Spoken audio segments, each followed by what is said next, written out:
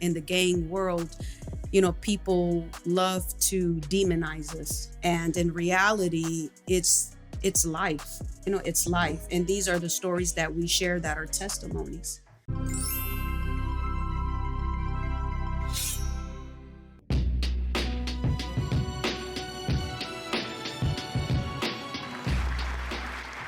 Hey everyone, this is Raina Carrillo for Purpose and Passion. Let me tell you something. Today, I have an amazing guest that I've been knowing for a few years in the gang intervention sector and also in just the community. And so today, I'm excited to have him here, Mr. Skipp Townsend, because he's definitely well known in the community, and having the relationship and the trust and just the love that he showed me the day that I told him, I need you to come out and support me when I go to this mayor event thing. And he showed up. It meant the world to me. I already loved him, but I super duper love him after that. So I want to say thank you for coming on Purpose and Passion, and just, able to share your story Yes, with indeed. our viewers. Well, first of all, let me give honor and praise to God. I'm grateful to be alive and well, not dead or Amen. in jail.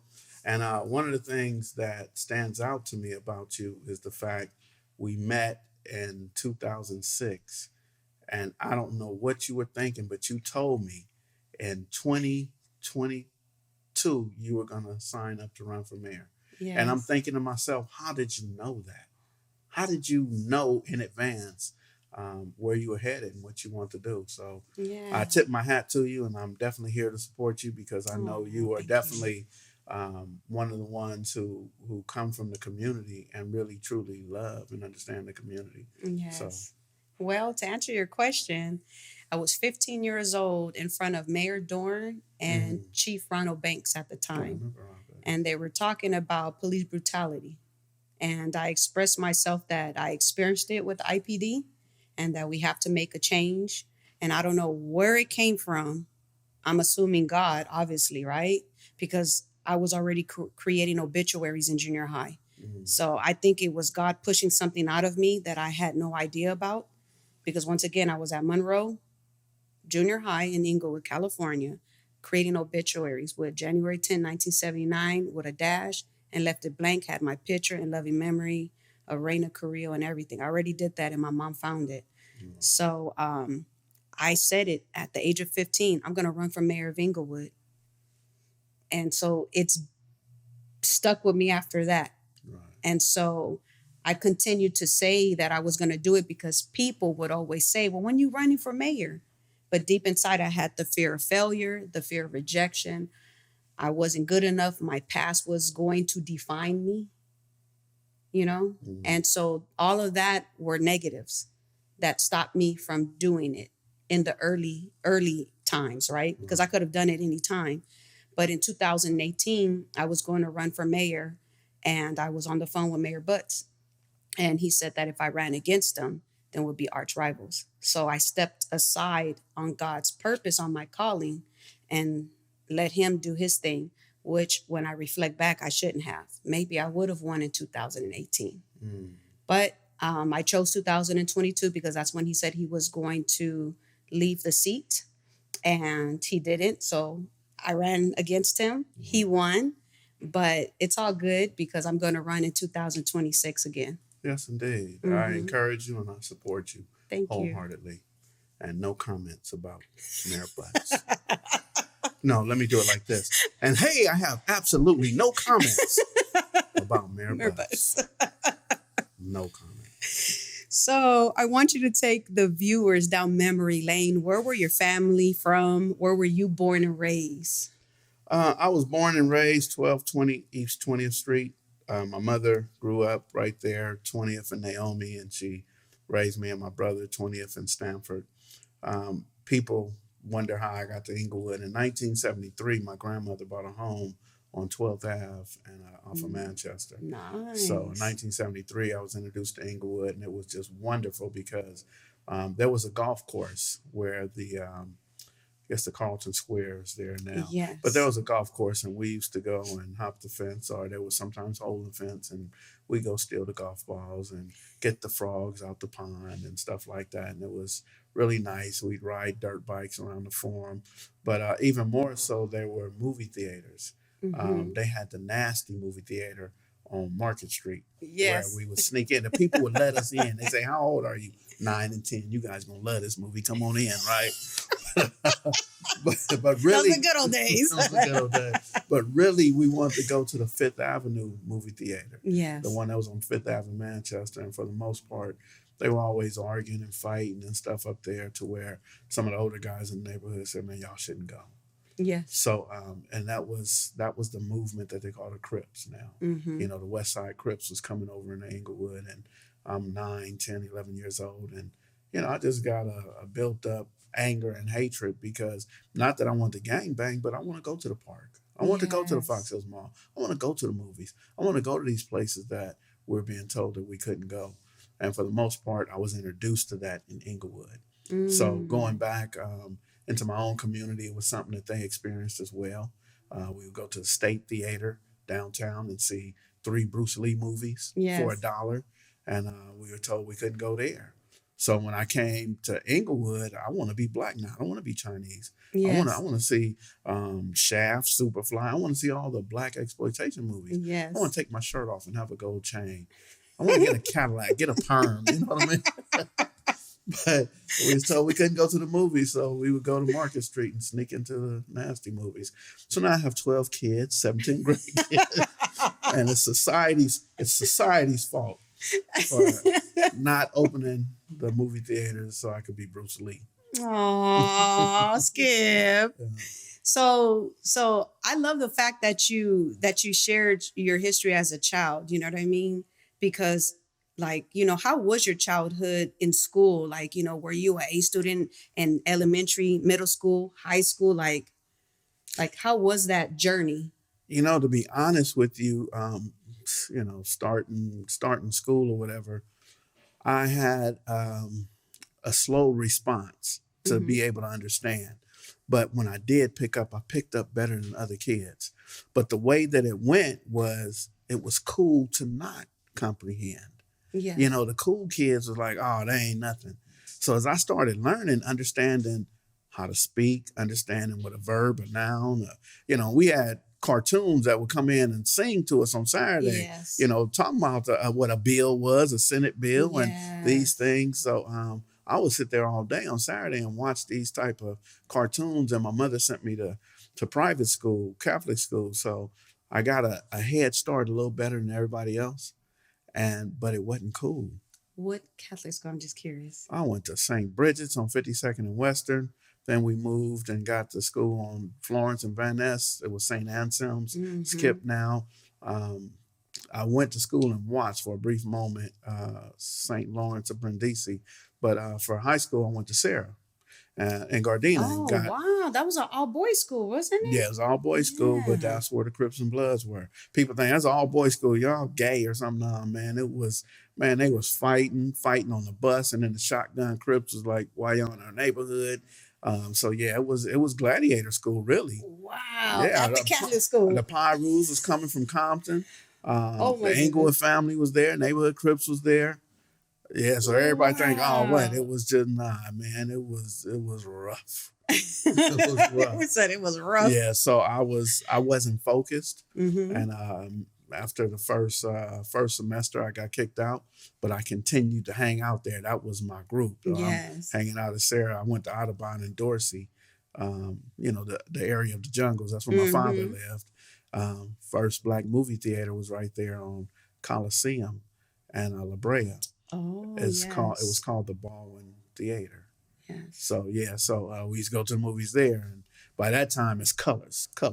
Oh my By that gosh. time Ice-T song. it's gang My banging at the movies.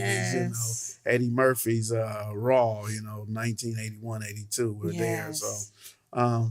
yeah, my childhood consisted of the movies a lot, but that gang element kept following me everywhere I went.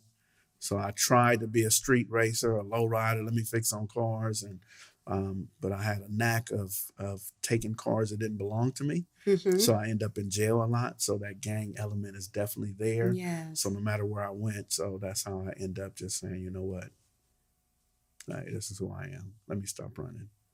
So, what made you choose your neighborhood at the time?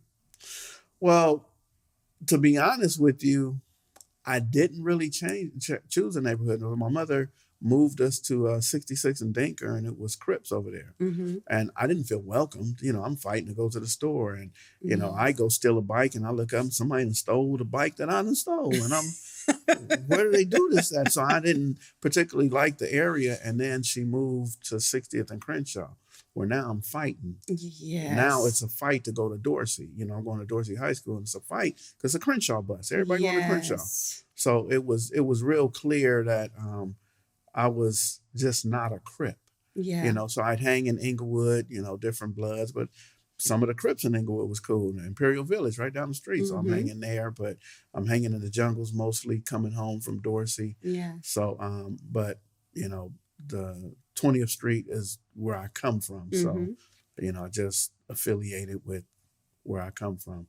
Met some people as I got older, not the young Yes. kids I knew, but, and that was it. It was one particular guy who was like the charm and charisma of the neighborhood. Uh-huh. And he fought real slow like giant robot, but he would fight anybody. And I'm like, yeah, I'm with these dudes, man. Yeah. This is it. So that was so pretty much they embraced you, right? Yeah, they They embraced showed you me. that love, and Yeah. did you have somebody that you looked up to from that neighborhood, like that somebody was like, I want to be like him when I grow up, kind of thing? Because sometimes when you're young, you meet people that you admire, Right. like a mentor, or So the guy I was telling you about, he's just a year or so older than me, and I was like, okay, yeah, I could hang with him. Yeah. That's going to be a good friend. But there was another guy who I looked up to. He had all his money in his pocket, like all of it, right? So his pocket would stand out like this. And I said, man, look how much money he has. He had a convertible Chevy. Oh, wow. He would take his shirt off. And I remember one day we were arguing with a guy. I was arguing with a guy and behind this girl. And the girl's brother came up and said, who is it? And I said, it's this dude right here. And he said, man, come on outside. I'm going to beat you up. I'm going to do this. And the guy that I looked up to walked up and said, man, walked up to the three of us and said, man, who is the problem? And I said, it's this dude right here. But I'm going to get him. I'm going to beat him up. And he said, man, y'all talk too much. Boop, boop. And knocked him out. I said, why was y'all talking to him? you know He just gave him Oh a my boop. He God. just He gave said, him no more bumping your gums. Just take Right. flight. Boop. So I had told this guy how I was going to beat him up, what I was going to do to him. And the brother came and he talked more than me. And we at this point, we walking with this boy. Yes. And he said, man, him? Boop. And that was it. That was it. I said, man, I'm going to be like him. Take my shirt off, have Take me a Cadillac, put all my My money in my pocket, and no more talking. Boop. Yes. Oh my God. I love that you, and it's so funny because in the spirit, God loves us unconditional. That's the truth, agape love. And when God guides me to ask certain questions, now I understand. I'm very happy I'm coachable and in alignment with him, because that story is funny. I mean, it really is. Right. But it's a humor into it, because a lot of times, in the gang world, people love to demonize us. You know what I mean? And in reality, it's life. It's life. And these are the stories that we share that are testimonies. And I always tell people in the Bible, they're not perfect until they accept Jesus Christ as their Lord and Savior or their friend, right? Right. And so when I hear these stories, it makes me laugh, not because, oh my God, it's violent. No, this is real life stuff. And this is what people have to go through. And depending on where we grow up, these are things that, that kind of builds our character. Oh, definitely. You know what I mean? It builds our character. So I always tell people that are like, you really, all tight in their little panties. I tell them, I said, hey, Jesus was a soldier. Number one, he went to a wedding. Somebody invited him to a wedding because obviously he must have been a fun type of person. Okay. Somebody boring doesn't go to get invited to a wedding. I said, and then he turned water into wine. Come on. And they start laughing. You're like, you fool, Raina. I said, I have these talks with God all the time. And, but I love the fact that, he guides me to ask these questions. And, these are moments that I usually don't get with people I know, right? Because it's always business, right? Or how you doing. And so it's just, I'm very, very pleased spiritually inside, and it's nothing but love to just hear your stories. You know what I mean? It really Well, just is. hearing that story too, you got to think, what type of person invites Jesus to a wedding and Jesus is not the one marrying you? You know what I mean? You got another priest, you got another minister here, and you got Jesus coming? Yes. Like, what kind of person, what kind of people were they? Yes. And they didn't have enough wine for everybody. Mm-hmm. Yep. That's crazy. Yeah, it is. Yes, indeed. So now, you go into this journey becoming, part of your neighborhood. And do you experience prison? Yes. So Yes, how it was that first time? You know what I mean? Well, it was the first time going to jail as a juvenile, and everyone was telling me this is what's going to happen. That's what. And when I got there, I saw all the kids I hadn't seen in a while. Like, oh, this is where you been. You know what I mean? So, Yes. and then it's the normal thing. Like, oh, they go Skip. Well, when we go to school, we gonna have to fight for the last year and what we did. So I'm Yes. fighting kids. I've already had a fight with you before. Yeah. We're gonna fight again. So now we're in juvenile hall fighting, and everything I was taught was wrong. Everybody was, oh, they gonna take your butt and you ain't gonna be able to eat. The bigger kids gonna eat all your food and all these different things. And it wasn't like that. It was a lot of scared kids who just tried to be tough. Tried to be tough and not show that they want to go home. Yes. But sometimes I could hear it in the night where they, crying or whatever. Yeah. So going to jail, they said, oh, when you go to jail, that's where it happens. But going to jail, well, first of all, school already got me ready to go to juvenile hall. Oh, please put like a little example in that. So first of all, the school have the gates and the stuff that's there, and Yes. it's the same type of people. It's just more freedom at school than as a juvenile hall. We're walking with our hands in our pocket because dudes was doing gang signs. They would purposely do like this and scratch their head to show the 3 or the 2 or whatever their Yes. neighborhood was. So the only difference at juvenile hall is now we got our hands in our pocket because Yeah. dudes older than me ruined it, right? Yes. So, but then at school it's more freedom. But then from juvenile hall, they're getting me ready for what's going on in jail. Mm-hmm. It's the same thing. It's, walking to county jail, they got a picture of John Wayne, and we had to walk across. Do not touch John Wayne. Put your shoulder against the wall, your right shoulder against the wall, your left hand in your pocket. Do not look at John Wayne. Don't look at him like, he's better than all of us, right? Yeah. So it was sort of the same as going to school in juvenile hall. So, getting in there and having to eat. So we sit down and get our food. And as soon as so there's no salt, pepper, no ketchup, no syrup, none of Just that. nasty. Just food, right? And we're sitting there eating the food. And I could see the guard just coming about 2 tables away, hitting the table, get up and go. And I'm like, dang, well, now they about to hit our table and we just started. So now it's forcing me to eat a lot. I'm force feeding myself and things of that nature. But it's the same thing. When I go to day room, if I got to fight, it's somebody I already know. I'm not fighting people I don't know. Yes. I'm fighting somebody I grew up with. And he's, whatever our issue is. Yes. And then for the most part, we're lumping ourselves together in case somebody that comes from some other area comes. Yes. So it's really camaraderie. It helps in that gang lifestyle because at this point, we're not a gang, we're a family. Yes. At this point, we're a family, and I'm not going to let you do that to my brother. Yes. So it solidifies the lifestyle that they really want us to not be a part of. There's no mental health. My father died while I was in jail. So going to prison, here, this is comfortable, way more comfortable than jail. I can get comfortable in prison where I'm not comfortable in jail. Yeah, because it's 2 different things, right? 2 different things, but why would you want me to be comfortable in jail? But they make it comfortable. I can get the canteen, I got the TV, I can go get a door unlocked, go back in my room and, whatever. So it's like, It's not rehabilitation. Yes. And it's full of people who suffer from mental health issues. So if I hang around 10 people who suffer from mental health, how long will it be before I become number 11? Wow. If I hang around 9 people who are productive and seeking help and are healing themselves and getting education, how long will it take before I become number 10 with them? Yes. So you put me in an unhealthy environment and then expect for me to come home and be healthy. And then when I do come home, I'm given the shot clock, like in basketball. There's 24 seconds. Well, I'm given I got 30 days to get a job and get on, and that comes from my mother, and also comes from parole. Yes. They're giving me time limits, to get it together, to get your license, get your social security card, get out there and find you a job. And first thing to say, have you ever been convicted of a felony? Yes. Yes.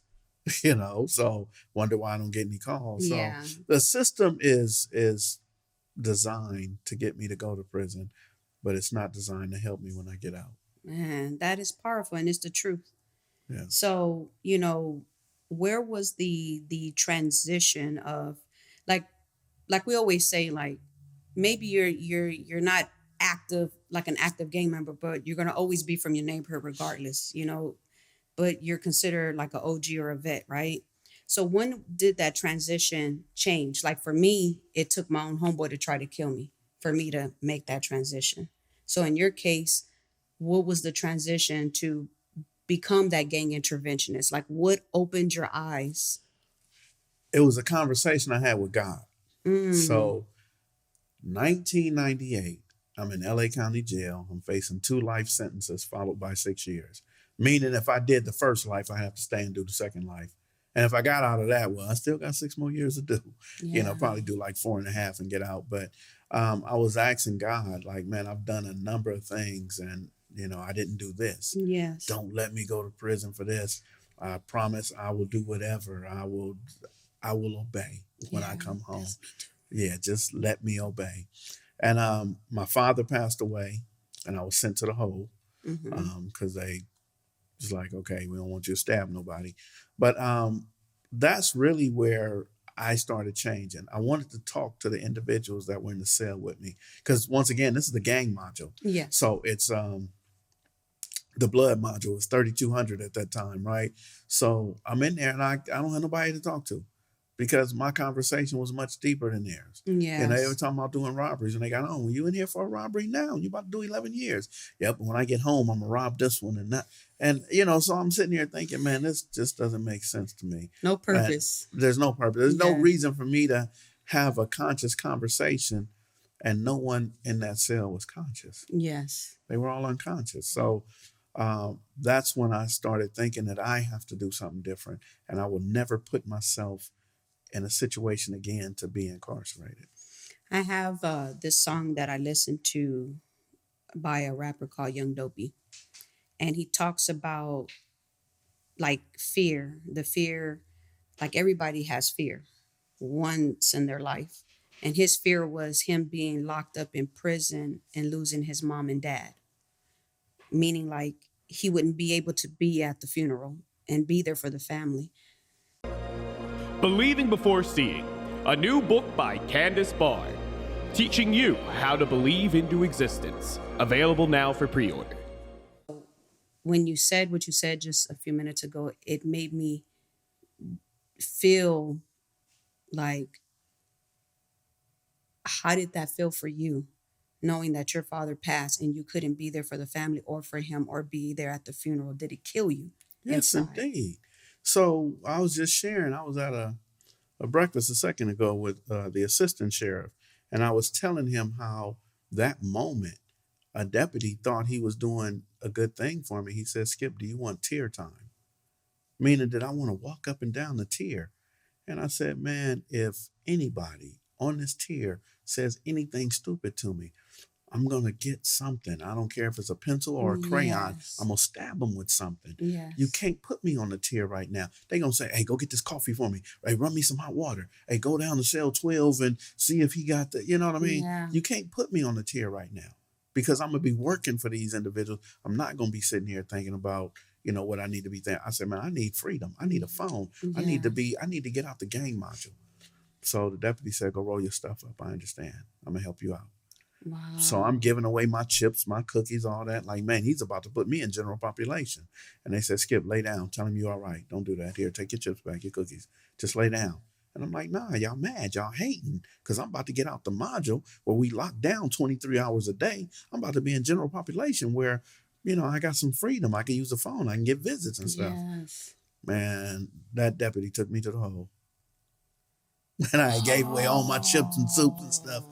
Yep, I went to the hole for the duration of my family getting the funeral together. I couldn't get mail, couldn't get visits, none of that. I'm in the hole. Damn. No phone calls, no nothing. So imagine that. That was the wake up call. That was it. So yeah, that was horrible for me. That's my experience. It was horrible. When you were in the hole, did you have that moment with God, or did you get angry? Like, were you, like for me, I'm very spiritual. So it's like, okay. In our Creole culture, we're like, when a person passes away, they have 7 days on this earth, so they visit families, right? So when my loved ones pass away, I talk to them because I'm like, I know you here spiritually until we bury you underneath that ground or, put you in that casket. And, did you have that conversation with your pops? Actually, yes and no. Okay. So when I was in the hole, it's a dark place. Yes. So there is absolutely no light. The light is from the tier below, which is high power. So I definitely was talking to my father. I was definitely praying to God. But I was in a literally, emotionally, and mentally dark place. Wow. Spiritually dark Yes. place too. So I was thinking, man, this is horrible. Yeah. And because you can't get no phone calls. no You're by phone yourself. calls, no visits. I can't in the talk to my dark. family. When's the funeral? Who's going? Where's my brother? Where is my mother a part of it? Because they weren't together. Yeah. So what's going on? So Man. it was horrible. Well, It was thank you for horrible. opening up, because there's a lot of people, out there that needs to hear this, because sometimes in life, we make poor choices, Mhm. and people need to hear this, because when they make those poor choices, sometimes when we're in that dark place, far away from our families, where there's jail or prison, you don't think about that. Some people don't think about that. You know what I mean? It's like, okay, I do this crime, I'd get locked up, whatever, right? But then in the process of being locked up, you don't know what happens outside of those gates. Mm-hmm. And so that's why I wanted to know, like, how did you feel?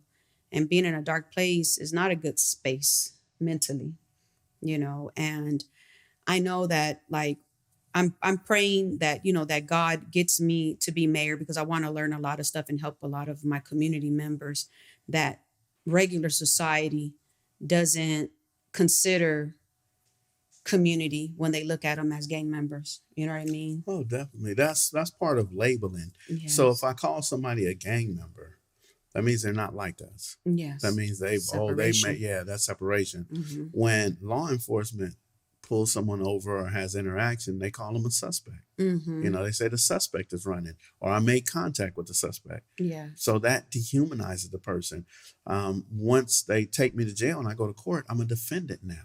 Yes. I'm a by your defendant. name. I'm not Skipp Townsend. I'm a defendant. And then if I end up going back to jail or to prison, now I'm an inmate. So I identify as inmate Townsend, CDCR number, D 92983. So I gotta go as what you are labeling me as. Yes. But when do I become Yvonne's son? I'm her middle child. Yes. Do you call me that? Do you call me Yvonne's son? Yeah. Because she raised 3 boys. So I identify with that. Yes. I don't identify with being an inmate. I don't identify with being a suspect or a defendant. Mm-hmm. I just don't. Yes. Because we have our own identity, and they strip us away from that. Yeah. And that's why I have compassion for people from neighborhoods. I really do. The crimes that they do, I don't support it. I don't condone it either. But a lot of people live this life because they come from dysfunctional homes. So it's not even gang involved. The guys who go sell drugs, most of the time they buy a nice car and some jewelry. Yes. Nobody else from that neighborhood gets that car and that jewelry. Nope. For the people who are breaking in houses, they don't go back and share what they got with the community. They sure So don't. there is going to be individually bad choices. Mm-hmm. The problem comes when we say it's gang related, it's gang involved. So them 3 little boys who go and break into everybody's houses just because they're from Inglewood don't make them gang members. That they just want to break in people's houses, and somebody need to call their mama and say, let's go in the garage and look at all the stuff your son done stole. Yeah. That's how we need to deal with it. The guys who are, they're guys who go to clubs. That's all they do is go to clubs. So when they get into a fight with other guys and they say, oh, they from Inglewood. Okay, but that don't mean that everybody in Inglewood was supporting them in that fight. Exactly. Don't come back shooting over this way or Yes. go over that way shooting at people. Yes. That's not what it is. Individuals are led by each other. If there was a leader of the Bloods, I would be walking up to him right now, asking for my gold watch and my whatever it is, because I'm retiring. Yeah. I'm going to be 59 plus 1 this year. So in that retirement age, but there is no leader. There's no one person from the Bloods or any particular bounty hunters, Rolling 20s, Inglewood family. No one has a leader. So people say, oh, they're gang members, and that's just not the case. Yeah. These are children pretending to be Capone, pretending to be Loco, pretending to be Psycho. American Me, yeah. Pretending to be, I'm hard, I'm this and that. But it's just not the truth. Yeah, I hear you, man. Well, so that transition of you, being in the hole and having that conversation with God, when you got out, like when you went into court, like, did they tell you you have, you're free, or you got 2 more years to do before you get out, and were you already planning? So I went to trial, and I got a hung jury. And when I got so I'm facing 2 life sentences. So when I got a hung jury on the first one, I was like, can you explain what a hung jury is to a the hung viewers? jury means that there were 12 individuals in the courtroom, the jurors, and 10 of them said, man, that man didn't do that. And 2 of them said, yes, he did. Okay. And the 2 that said, yes, he did, would not conform or go along to get along. They said, we're going to stand our ground. We believe he did that. Mm-hmm. So the other 10 said, well, Your Honor, we have a hung jury because they're not listening to us. Yeah. And so the judge said, can you go in and try it again and change it? And said, we've been trying to change it. This is how it's been from the beginning. So he said, all right, hung jury. So on the second count, acquittal. Like, he didn't do this. Everybody agreed I didn't do that. Yeah. So I was like, man, that's wonderful. So the judge said, okay, well, we'll set it for retrial and send it again. And when I got out of there, the district attorney said, well, listen, I'm willing to give you 6 years if you just plead guilty. And I was like, give me a pen and give me a timer, because I'm going to sign this so fast to take the 6 years. Yes. Now, granted, I didn't do the crime. Oh, I God. didn't do it. Which is the hard part. Which is the hard part. But I was facing 2 17 to life sentences followed by 6 years. That's 40 years. So to get offered a deal for 6, I was like, I want it bad. And my attorney said, don't sign it. Let me talk to the head DA, somebody I know. Let's see if we can get this dropped. Yes. So I was angry and I was mad at him for not letting me take that 6 years. And we came back to court. About 2 weeks later, the head DA for that division came in and said, Your Honor, sorry to have wasted your time. We never would have pursued this case. We just didn't have enough evidence. We didn't have proof that it was Mr. Townsend. So we don't look to refile or anything. The DA, we conclude that we don't want to do this. And the judge said, all right, no problem. However, I still had a probation violation, so I had to stay a couple of months after that. But at least You two didn't. months, 2 months beat 6 years. Yes, and you weren't guilty because you know when you plead guilty, it's like you did it, even though you Right. didn't do it. Yeah, I just wanted to go home. I know. So 6 years would have been like, hey, A piece of cake hey, compared to let me go do this 6 years so I can come back Yes. home. And that's what happens in the courtroom a lot of time. It doesn't matter. The court system is so messed up that I can't tell the truth. yes, Listen, the court system is set up where they say as soon as you get arrested, you have the right to remain silent because anything you say can and will be used against you. yes, So if I tell you the truth of where I was and what I did at that time, you're not going to use it to justify the fact that it couldn't have been Skipp. He didn't do it. yes. You're going to use it to say that this is how I did it. So that's how bad the court system is. Court system is so bad that I can't even speak to the judge myself because they're not speaking my language. They're speaking a legal language where I need Yes. a lawyer to help to comprehend. to comprehend Mhm. that and then translate to me what it is they're saying. That's how horrible the system is. But this is the system that everybody believes in, that criminalizes us and say, well, they're criminals, they're gang members, they're thugs, Yes, and we're not human beings because we're a part of a system that says we don't need human beings. We need defendants and suspects. makes me think about right now with the trial with that young rapper that's been in jail or prison for 4 years. He's a young African American rapper, and supposedly he killed his two friends in the truck.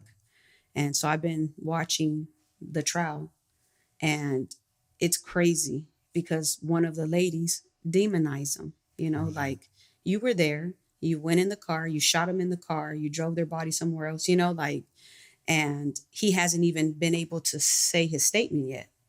4 years. And they're making him look really, really bad, but they don't have the proof. They don't have the gun.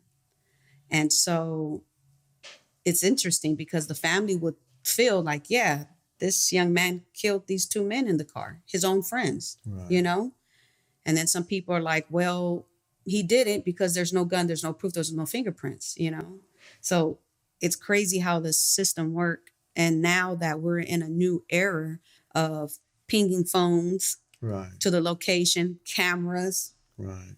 it's got crazier because back then you can get away with Right. murder in the 90s, the 80s, the 70s, the 60s. But not just get away with murder, law enforcement can get away with charging someone for murder. Rampart didn't do scandal. Right. Mhm. So one of the things that they're doing is law enforcement will have a 6-pack where they have individual 6 faces on this sheet of paper. And what they'll do is they'll circle one or put one in the middle that is smaller or than others or whatever. And now they'll go to the victim and say, do you remember the person? Did you see the person that did Yes. this? And the picture might be circled already. And they say, yeah, it's that one. But the average person I know that's getting shot or getting shot at, they're running. Yeah. They're not looking for eye color. He got green eyes. He got pretty green eyes. He got a gun. He's shooting you. Yeah. Oh no, he has on those Jordan 11s. I remember those. I wanted them. Yeah. That's not what the thought is. No, it's not. So what happens? The average person is ducking, running, or hiding. Yeah. And then law enforcement says, well, you're not going to point out who did it. You're not cooperating. So we won't give you services or we'll, harass you or whatever. Yeah. And it's not fair to our community. So I actually like cameras and the cell phone ping. Yeah. Because it's proof. now you got proof that I wasn't there. Mm-hmm. Not so much you have proof that I was, but you have proof that I wasn't there because law enforcement a lot of times just say, oh, we got a shooting. All right, let's take this one. Did you do the shooting? Yeah, he did it. Yeah. And it's not really keeping our community safe. Yes. And even the arrest of somebody who's hurting somebody doesn't keep our community safe. We got to get them help. Yeah. We got to find out what is the issue, what is the root cause, because just putting them in jail is really a warehouse for sick people at this point. Yes. It is. It is with no services really. Right. Man. Well, I know that one of my bigger dreams, if God spares me to live long on this earth, like let's just say I get the mayor position, right? I create grid in Inglewood. That's the first thing that I want to create because we have 4 districts. And I feel that if we can teach you know, our community people and our and that are like not active gang members, but they're still with it, but they're trying to do something positive to train them to be gang interventionists, to take pride in their community through sports and things of that nature, I think it would be definitely important to do that. That's for me, because gangs is not going nowhere no matter what people think. It's not going nowhere. But how do you work with them is give them these jobs and positions and these titles, not as the title as gang intervention, but the title as a community leader. That's it. Man. So what I was told by the current mayor of Inglewood is that they don't have gangs in Inglewood. There's no gang problem.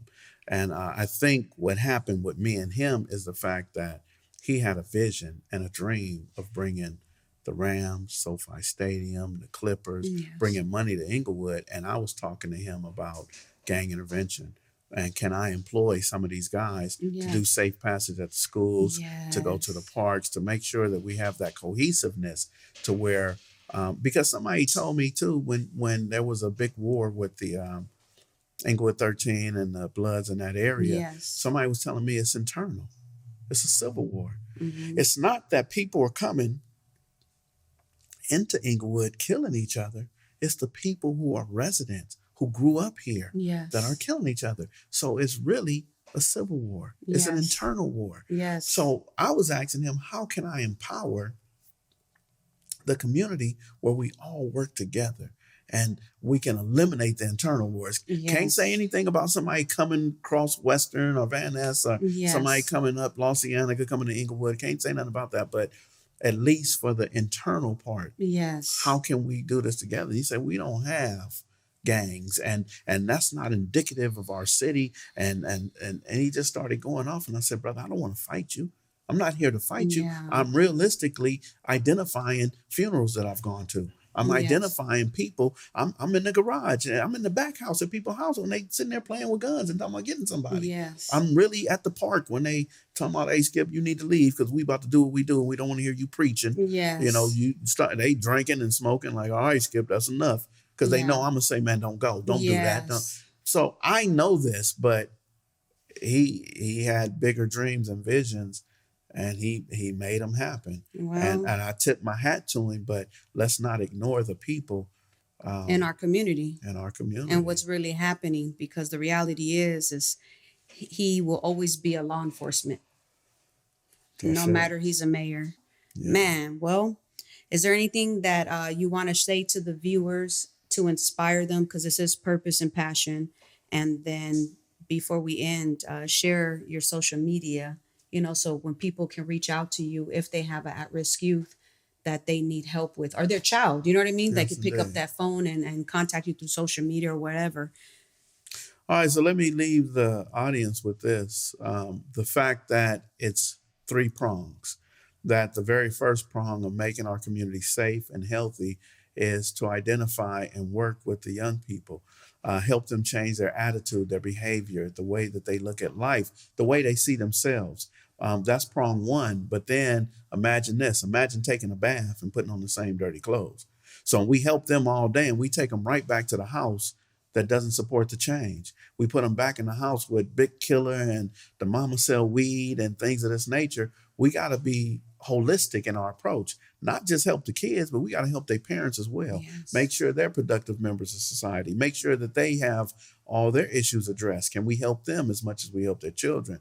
But the third thing is how society looks at our community. How does society look at our children? Because if we now put them back in school where they're teaching them certain things, but won't teach them other things, won't teach them Black history and all the different lakes in Georgia where they were predominantly Black people who were thriving, or Tulsa, Oklahoma, where Yes. we're not teaching about Rosewood, Florida. We're not teaching about the hate and the destruction that came in this country, but we're still ready to label them as thugs, as gang members, as criminals. We have to change the perception that people have on our children. I love that. Powerful. How can they find you on social media? So you can find me. I used to be Second Call Wolfpack and got almost 10,000 followers, and Instagram said that I was violating community guidelines. just sharing pictures where I have people together eating, having breakfast with each other, people who normally wouldn't sit with each other. And Instagram shut that down. So it's Second Call South LA. It's an underscore. Second Call underscore South LA. Second Call Georgia on Instagram, because we're in Georgia now as well. We have classes in Espanol. So we're in Pasadena, California. Our website is www.2ndcall. And the person did my shirt, Jaime, Rare Breed, he left out an L. That's my partner, man. Shout out to you, Jaime, man. You always Shout out look to out for- Jaime. But Rare Breed, he's a gospel rapper, and Yes. but he left out the L. So I'm Second Cal on this shirt, but it's actually Second Call. www, the number 2ndcall. Second Call. That's it. Thank you. Well, we're going to have a part 2, okay? Because we're not finished. Yes, We're not finished. That's an hour already. Yes, we're not All right. finished. So that's why I said we're going to have a part 2, Skipp, because there's so much wisdom and knowledge that you have that I want to, be able to pull out of you, because it's so important. So until next time, this is Raina Carrillo with Purpose and Passion signing out. Peace.